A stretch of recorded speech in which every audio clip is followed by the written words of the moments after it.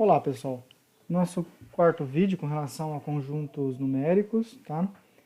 Nós tratamos do conjunto dos números racionais. O conjunto dos números racionais é conjunto formado pelos A sobre B, de modo que A pertence ao conjunto dos inteiros e B pertence ao conjunto dos inteiros sem o zero, ok? Dentro do conjunto dos racionais, a gente tem, né, bem definido uma operação inversa da multiplicação, que é a divisão. Né? Vocês conhecem a divisão. Basicamente, um A dividido por B é igual a um valor C. C e somente C, o A é igual a B vezes C. Né? Então, quando você fala, qual é o valor de 8 dividido por 2? 8 dividido por 2, né, é 4. Por quê? Porque 8 é igual a 2 vezes 4, né, ou 4 vezes 2.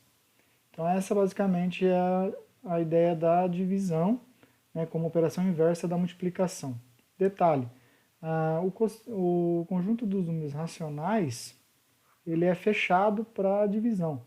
Ou seja quaisquer dois racionais, você pega dois elementos racionais e divide os dois.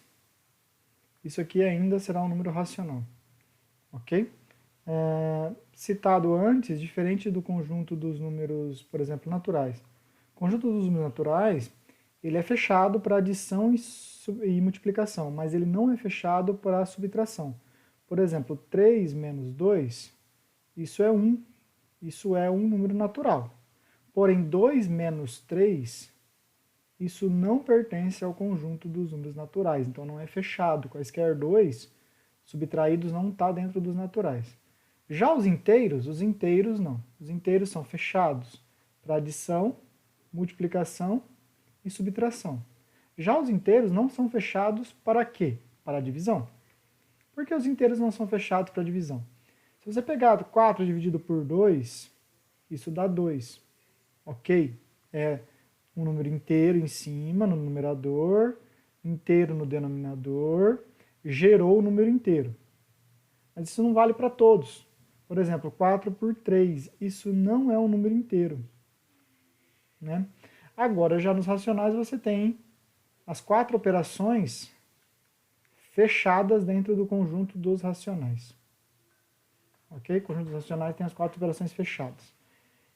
Eu citei no exemplo lá sobre o número inteiro, os inteiros estarem contidos dentro dos racionais, né?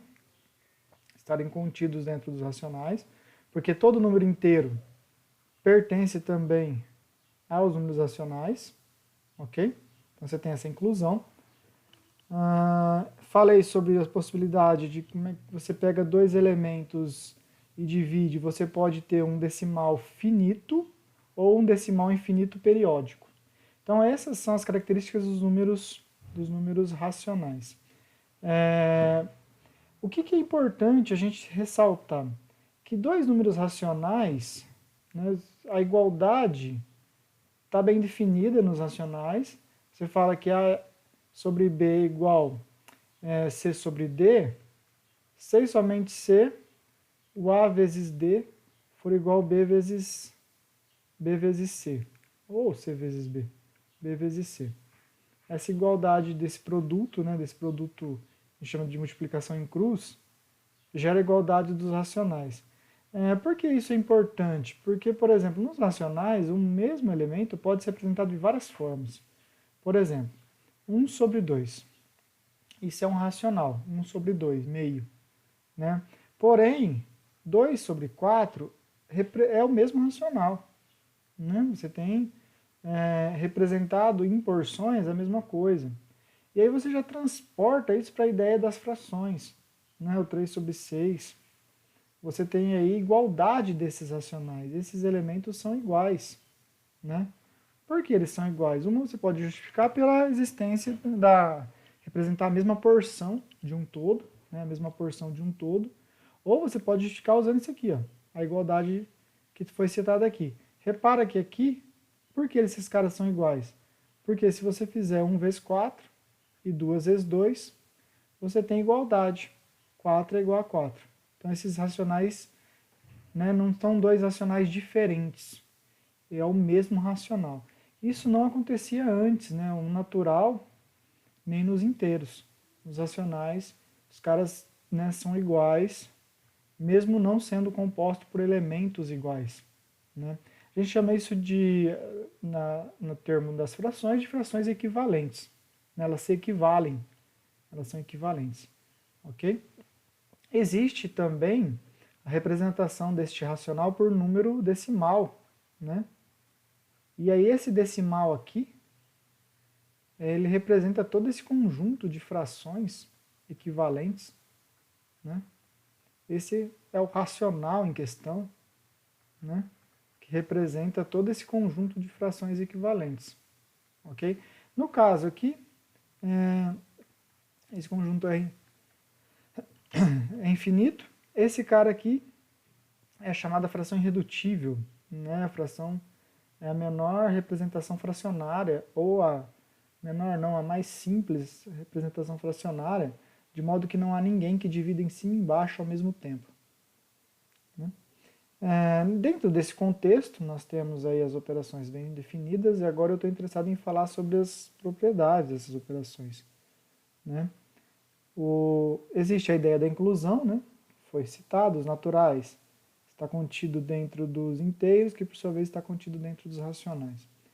Quais propriedades? Essas propriedades, elas, né, fazem muita diferença no trabalho do numérico, quando você julga trabalhos numéricos. A adição, ela é associativa, por exemplo, 2 mais 4 mais 3. Isso é exatamente igual a 2 mais 4 mais 3.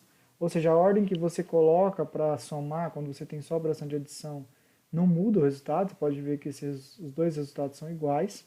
Né? A adição também ela é comutativa, né? O 3 mais 4 é exatamente igual ao 4 mais 3, existe comutatividade. Né? Na adição existe um elemento neutro, o elemento neutro da adição é o zero, então 4 mais 0 e 0 mais 4 é o próprio 4, o zero não atua, né, não faz praticamente nada. E você tem o elemento oposto. Né? Qual que é o elemento oposto em questão? O elemento oposto é aquele elemento quando você soma, né, soma esses elementos, você tem o elemento neutro. A adição de 4 com menos 4, 4 somado com menos 4 é zero. Essa ideia de somar com menos 4 pode ser um pouco estranha. Uma justificativa talvez interessante para isso. Se você pensar na reta numérica, né? Se você pensar na reta numérica, o zero está aqui, né? O zero está aqui. 1, 2, 3, 4, 4 positivo. 1, 2, 3, 4, 4 negativo. Quando você soma essas duas coisas, é como se você tivesse primeiro andando 4 unidades. Eu penso a partir do zero, mas você pode pensar partindo de qualquer elemento. Você caminha 4 unidades para a direita, né, com o 4 positivo, e depois você caminha 4 unidades para a esquerda com o 4 negativo. Né, você não sai do lugar. Essa é a ideia. Outra justificativa é que eles são opostos, simétricos aqui, né, com relação ao zero. Né? São simétricos com relação ao zero, existe uma simetria. Esses são os elementos opostos. Todo número racional tem seu oposto. Isso já vinha desde até dos números inteiros. Os inteiros já têm os opostos bem definidos. Existe a ideia do cancelamento, que é uma prática muito usada, por exemplo, x mais 8 igual a 4 mais 8, que está escrito aqui, né? Você tem um a mais b igual a um c mais b, você cancela o b, é a mesma coisa que você pode fazer aqui. Então, obrigatoriamente, esse x vale 4. É um processo usado para resolver a equação de grau 1. Beleza? Então, propriedades da adição foram. Aí você tem algumas propriedades da subtração, que são poucas. Vale também a ideia do cancelamento. Né? Você tem aí 4 menos 8 igual a x menos 8. Você pode cancelar. Só tem que tomar cuidado com a mesma operação ou com o sinal do elemento, né? Por exemplo, um erro comum seria fazer isso, né? 4 mais 8 igual a x menos 8. Não há cancelamento aqui porque, primeiro, as operações não são as mesmas. O 8 não está sendo executada a mesma operação no 8. Não há cancelamento aí. A ideia da unicidade, né? Se você tem A igual a B e C igual a D, você tem a igualdade dessa subtração. Essa ideia é usada para resolver sistemas de equações. Né? Uma das ideias também vale na ideia da adição. Se você tem A igual a B e C igual a D, você pode subtrair essas duas coisas. A menos C vai ser igual a B menos D. É a ideia básica para resolver sistema de equações, quando necessário. Ok? Tem também a ideia da... Se o A é maior que o B, e se você tira um C dos dois, continua sendo maior. Então você tem um A maior que o B. Por exemplo, o 8 é maior que o 6. Se você vem, tira do 8 2 e tira do 6 2, o mesmo elemento, tirado dos dois lados, continua maior. Né? Basicamente é isso que a gente falou aqui. Propriedades da multiplicação. A multiplicação tem as propriedades associativa, que é a mesma daquela citada na adição. Se você multiplica 2 vezes 4 vezes 3, isso é exatamente igual a fazer 2 vezes 4 vezes 3. As respostas são iguais, então não importa a ordem que você faz, não importa quem você vai associar para fazer o produto. E você tem a comutatividade, que é 4 vezes 3 é igual a 3 vezes 4. A gente usa pouco essa comutatividade. Nós pensamos pouco nela. Ela é muito útil, tá? E muito prática, às vezes, para operações com números, principalmente números grandes. Então a gente usa pouco. Tem também a ideia do elemento neutro da multiplicação. Na multiplicação, o elemento neutro já é o 1, porque 4 vezes 1 é igual a 1 vezes 4, que é 4. Vale lembrar que aqui, no caso, o elemento neutro da multiplicação é diferente do elemento neutro da adição. Na adição é o 0, na multiplicação é 1. Porque na multiplicação, o 0 ele executa alguma coisa. 0 vezes 4 ou 4 vezes 0 é 0. Né? Sempre 0. Na verdade, sempre 0. Né? Quando você multiplica o 0 vezes qualquer número racional, isso é sempre 0. Né? Qualquer número racional. O elemento inverso, aí no caso do elemento inverso, a ideia do inverso, se você tem o A, a gente costuma indicar o A menos 1. A gente trabalhou sobre a ideia do que significa esse A menos 1 na notação de potenciação.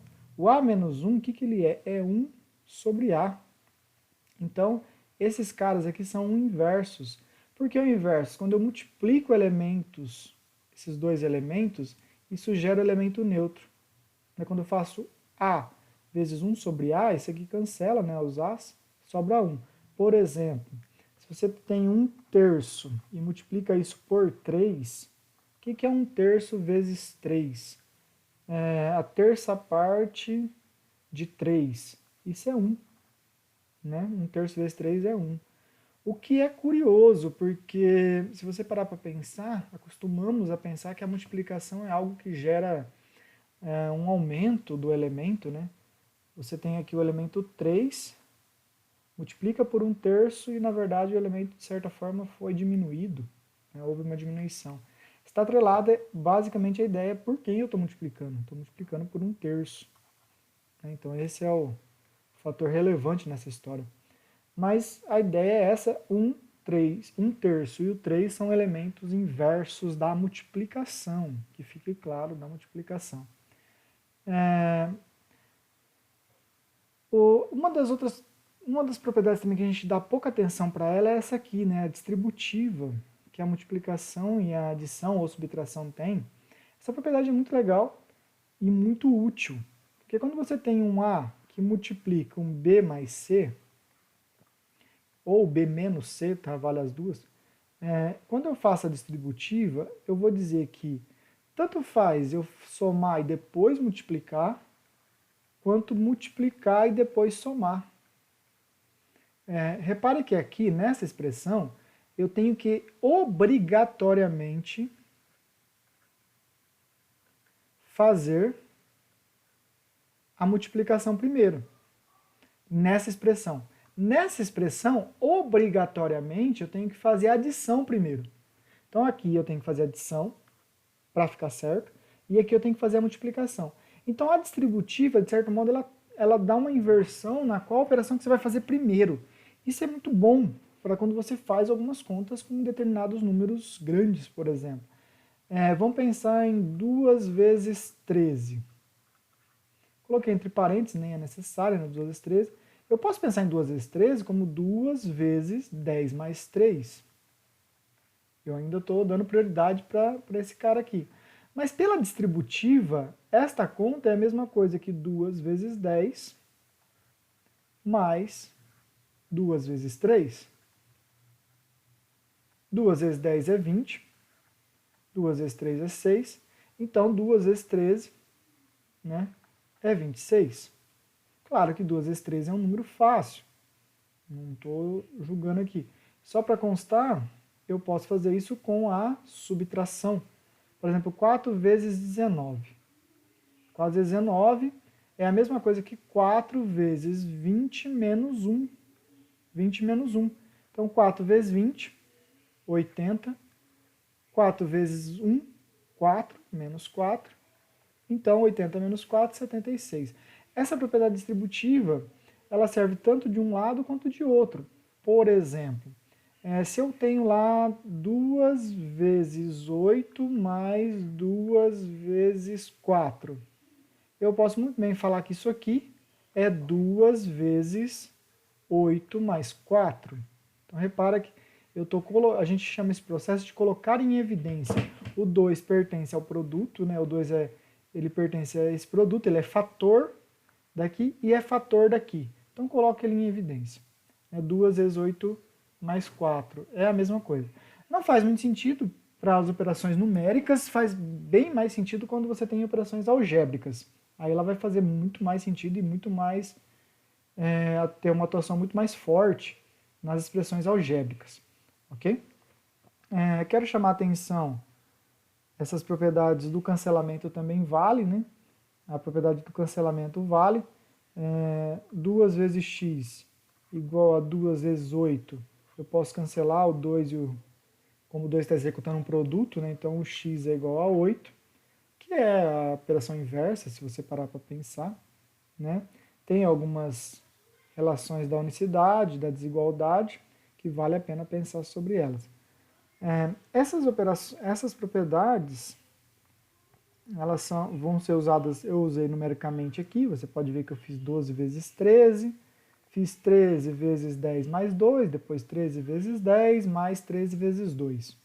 Numericamente não faz muito sentido, seria muito mais, talvez, fácil eu montar a operação, né, mas eu quero que vocês pensem com bastante carinho nessas ideias, né, que a gente está fazendo, nas lógicas de construção aqui. Aqui uma conta um pouco mais, né, ampla aí, você tem, eu tenho aqui 15 vezes 5 e 18 vezes 5. Repara que o 5 foi colocado em evidência, né? Por sua vez, o 15 e o 18, o 15 é 3 vezes 5 e o 18 é 6 vezes 3, ou 3 vezes 6. Eu posso tirar o 3 em evidência também. Então isso aqui, ó, o que está dentro do parênteses é 5 mais 6 vezes 3. Tirando tudo fora, a conta passa a ser isso, né? No caso, 5 mais 6 vezes 15. Também, novamente, parece que é muito complexo para fazer isso no dia a dia, mas não é. É algo bem natural, vocês vão perceber que é bem natural. A ideia da fatoração, eu estou fazendo numericamente, mas não é a ideia de fazer numericamente. A ideia da fatoração, 18 é 3 vezes 6, 18 é 2 vezes 9, 18 é 1 vezes 18. São 3 possíveis fatorações do 18. Existe uma fatoração específica que é chamada fatoração em números primos, ou decomposição em números primos. Essa eu digo que seria uma das melhores fatorações que a gente tem para os números, na questão numérica. Você tem a decomposição em fatores primos. Aí o processo é o seguinte, você pega o 18 e vai dizendo, se perguntando qual é o menor número primo que divide 18. O primeiro menor que divide 18 é o 2, dá 9. o 3 dá 3, o 3 dá 1. 18 por 2 dá 9, 9 por 3 dá 3, 3 por 3 dá 1, então o 18 pode ser escrito como 2 vezes 3 ao quadrado. Isso é uma decomposição em fatores primos. Então a gente pode dizer que os fatores primos do 18 são o 2 e o 3. Esses são os fatores primos do 18, 2 e o 3. Não é primos, obrigatoriamente primos. Repare que aqui eu coloquei outros fatores possíveis. Né? Nessas expressões aqui tem outros fatores possíveis. Muito bem. Essa decomposição em fatores primos, normalmente, ela é bem útil e prática. Algumas pessoas têm a dúvida do seguinte: e se eu quiser começar a dividir pelo 3, tem problema? Nenhum. Você pode dividir pelo 3, 18 por 3 dá 6, por 3 dá 2, por 2 dá 1. Né? Daria a mesma coisa. Se você quiser dividir, chegar aqui, 18 por 3 dá 6, aí depois dividir por 2, 3 de novo. O meu conselho é que sempre faça do menor para o maior. Por quê?